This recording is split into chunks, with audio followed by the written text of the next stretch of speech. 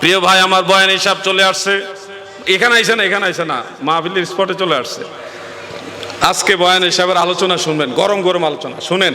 পুরাণ চাইলে ভাতে বাড়ে বেশি, পুরাণ চাইলে ভাতে বাড়ে বেশি। ওনার আলোচনা আবার চট্টগ্রামের বাইরে কেউ বুঝে না, এটা আবার বাংলা তর্জমা করে দেওয়া লাগে। আমি তো বুঝি না অনেক শব্দ, আর অন্য মানুষ বুঝবে কি? কিন্তু উনি চট্টগ্রামের ভাষায় ওয়াজ করলেও চট্টগ্রামের মানুষ আবার এটা ভালো বুঝে। কি কথা কন নাকি? ঠিক বুঝেন না আপনারা? এই আলোচনাটা এত সুন্দর হয়, আকীদার ব্যাপারে খুব চমৎকার কথা উনি বলে। যে যাই বলো, কিছু শব্দ আছে যে শব্দগুলি আমরা না বুঝলে আপনারা বুঝেন। মনে করেন আমাদের জালালি সাহেব আছে কুমিল্লা, আমিরুল ইসলাম জালালি, ওয়াজ করতে করতে করতে করতে এমন এক হাল আইতো, ওয়াজের হালের ঠেলাই ফইন্নির ভূতেরা কইতো, বুঝছে? ওই সময় মানুষ এটা দুষ মনে করতো না, এমন জজবার সময় কথাটা কইতো ফইন্নির ভূতাই, তখন মানুষ মনে করতো এটা ঠিক কইছে, কথা বুঝছেন? কিন্তু অরিজিনালি এটা কিন্তু একটা গালি।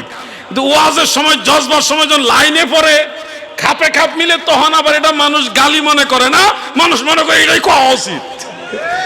বয়ান হিসাবের বিষয়টাও অনেক সময় এমন খাপে খাপে মিলে, কথা ঠিক আছে না ভাই? তবে আমার মনে হয় বয়ানি সাহেব আর একটু দায়িত্বশীল হয়ে যুবকদের জন্য কিছু মেসেজ দেওয়া দরকার। ওনারা যদি যুবকদেরকে একটু আলাদাভাবে মেসেজ দেন, আগামী প্রজন্মটা আমাদের কন্ট্রোলে থাকবে। মুরব্বীদের কাল তো এক ধরনের পার হয়ে গেছে, পরবর্তী জেনারেশন যেটা আসতেছে মানে ডেঞ্জার, এত ভয়ঙ্কর প্রজন্ম ভাই। তোমরা রাগ করো না, তোমরা আবার কইবে যে হুজুরের ওয়াজে আসলাম, হুজুরে আমরা কই খারাপ। তোমরা না, তোমরার মাঝেই আছে এমন কিছু একটা প্রজন্ম আমাদের সামনে আসতেছে যাদের মধ্যে ধর্মের যে একটা প্রভাব, এটা খুব কম, একেবারে কম। আকাবিরদেরকে ওইভাবে সম্মান করতে চায় না, তাজিম তাকরিম এটা কমে গেছে। আমরা দোয়া করি আল্লাহ যেন এই পরবর্তী প্রজন্মকেও আহলুস সুন্নাহ ওয়াল জামাতের পথে কবুল করেন, আমিন বলেন। প্রিয় ভাই আমার, যেটা বলছিলাম, আমাদের বয়ান হিসাব চলে আসছে না? নারায়ে তাকবীর, জোরে নারায়ে রিসালাত, নারায়ে গাউসিয়া, মেহমানে আলার আগমন, বয়ানি হুজুরের আগমন, শুভেচ্ছার স্বাগতম, মেহমানে আলার আগমন।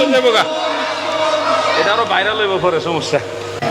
আমাকে বলতেছে আবুল কালাম বয়ানি হুজুর হলো শেরে চাটগাইয়া। আমি বললাম কিসের শেরে চাটগাইয়া? উনি শেরে বাংলা। এই জমানায় সুন্নিয়তের শের। আকীদার ব্যাপারে কাউকে ছাড় দেওয়া যায় না। এই একটা লোক মনে প্রাণে আমি মন থেকে শ্রদ্ধা করি। আকীদার ব্যাপারে যাই হোক যেই হোক কাউকে ছাড় দেয় না, এরকম লোকের কদমে আমার হাজার সালাম। এই ধরনের মানুষের পদধূলি আমি মাথায় নিতে রাজি। মদিনাওয়ালার গোলামি করার জন্য কাউকে চিনে না, এর বিপরীতে কাউকে চিনে না। আমিও এই আকীদার জন্য দীর্ঘদিন চেষ্টা করেছি, একটা দরবারের সাথে রিলেটেড আমি ছিলাম। দীর্ঘদিন আমি চেষ্টা করেছি, একটার পর একটা সংস্কারও করেছি, কিন্তু একটা জায়গায় যাই আমি ঠেকে গেলাম, পারলাম না।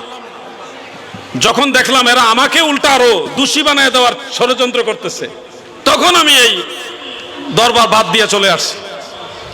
আকীদার ব্যাপারে কাউকে ছাড় দেওয়া যাবে। আমার উস্তাদ পর্যন্ত যখন সুন্নিয়তের বিরুদ্ধে দাঁড়াইছে, আমি উস্তাদ ছেড়ে দিছি। উস্তাদ কেউ চিনি না সুন্নিয়তের বিরুদ্ধে, এটার নাম ঈমান, এটার নাম সুন্নিয়ত। যে উস্তাদের কদম বসি করেছি, সেই উস্তাদকে বাদ দিয়েছি নবীর শানের বিরুদ্ধে দাঁড়াইবার কারণে। উনি বলছিল বাহাস করবে, আমি ছাত্র, উনি উস্তাদ, উনি আমার সাথে বাহাস করবে। এরপরে আমি যখন বললাম ঠিক আছে উস্তাদ, আপনি বাহাস কোথায় করবেন? আমি আপনার বাড়িতে যাব, আপনি বলেন কবে বাড়িতে থাকবেন। এখন আর পাওয়া যায় না, দূরবীন দিয়ে খুঁজে পাওয়া যায় না। কয় কি আমি বাহাসের কায়দা জানি? আমি কিন্তু বাহাসের কায়দা জানি। আসল বিষয়টা হলো যারা বাহাসের কায়দা জানে, অরিজিনালি মুবাহিস, এরা কিন্তু এরকম হুঙ্কার দুঙ্কার দেয় না। আমি আপনাদেরকে বলবো, আল্লামা আবুল কালাম বয়ানি সাহেবের আলোচনাগুলি মনোযোগ দিয়ে শুনবেন। আকীদার ব্যাপারে আপোষহীন একজন ব্যক্তি। এই ধরনের ব্যক্তিকে মূল্যায়ন করেন, আরো বয়ানি হুজুর তৈরি করেন, নাইলে সামনের সুন্নিয়তের জন্য বিপদ আছে। সামনের দিনের সুন্নিয়তের জন্য বিপদ আছে, এরকম আরো অনেক বয়ানে হুজুর লাগবে। আমি আলাউদ্দিন জিহাদি বহু মানুষের শত্রু হয়ে গেছি হক কথা বলার কারণে। বহু মানুষ সুন্নিদের মধ্যে আমাকে পছন্দ করে না, কারণ হক কথা বলি, কাউকে ছাড় দেই না। সত্য কথাটা বলতে হবে, কাউকে না কাউকে বলতে হবে। আপনি আমাকে পছন্দ না করেন অসুবিধা না, আমার দয়াল নবীজি গোলাম হিসেবে পছন্দ করলেই হবে। আমার আখেরাত নিয়ে চিন্তা। একটা বই লিখেছি হুজুর, এই বইটা নাম হলো হযরত ইব্রাহিম খলিলুল্লাহ আলাইহিস সালাম এবং প্রিয় নবীজি সাল্লাল্লাহু আলাইহি ওয়াসাল্লামের পিতামাতা জান্নাতি। এই বিষয়ে বাংলাদেশে অন্য কারো বই আছে বলে আমার জানা নাই।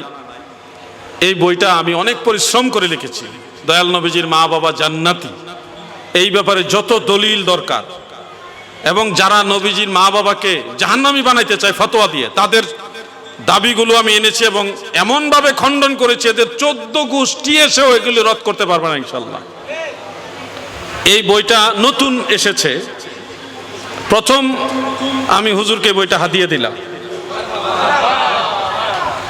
আপনারা এই বইটা পড়বেন, সন্তানদের হাতে দেন, ছেলে মেয়েদের হাতে বইগুলো তুলে দেন, একটু স্টাডি করেন। যুবকরা তোমরা পড়ো ভাই, তোমরা দায়িত্ব নেও। আমরা কত ওয়াজ করবো, এই 1-1.5 ঘন্টা ওয়াজ আর কয়টা করা যায়, কয়টায় বিষয়ে বলা যায়? তারপরে তো আমি কিছু আমলের বিষয়, আকীদার বিষয় ব্যালেন্স করে কিছু কথা আমি বলছি। এখন হুজুর আসছে, হুজুর বলবেন, কিন্তু আমার অনুরোধ, আমরা ওয়াজ করে আপনাদের কতক্ষণ বুঝাবো? আপনারা নিজেরা দায়িত্ব নেন। আপনারা প্রত্যেকে এক একজন বয়ান হুজুর হওয়ার চেষ্টা করেন, প্রত্যেকে আলাউদ্দিন জিহাদি হওয়ার চেষ্টা করেন। সুন্নিয়তের আকীদার জন্য, আহলুস সুন্নাহ ওয়াল জামাতের আকীদার জন্য বয়ানে হুজুরদের মতো যারা আকীদার ব্যাপারে কট্টর, তাদের পদধূলি নেবেন, ওনাদের সম্মান করবেন। এই মানুষগুলি দামি মানুষ।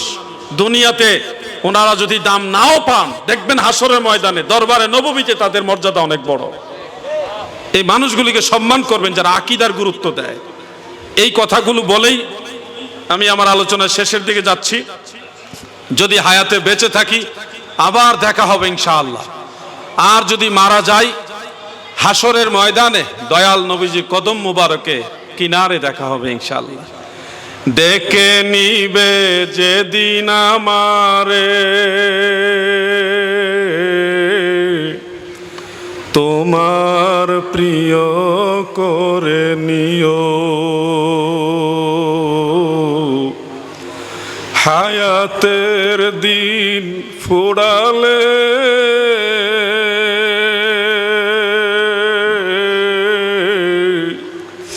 খাতে মাইমান মোরে দিও,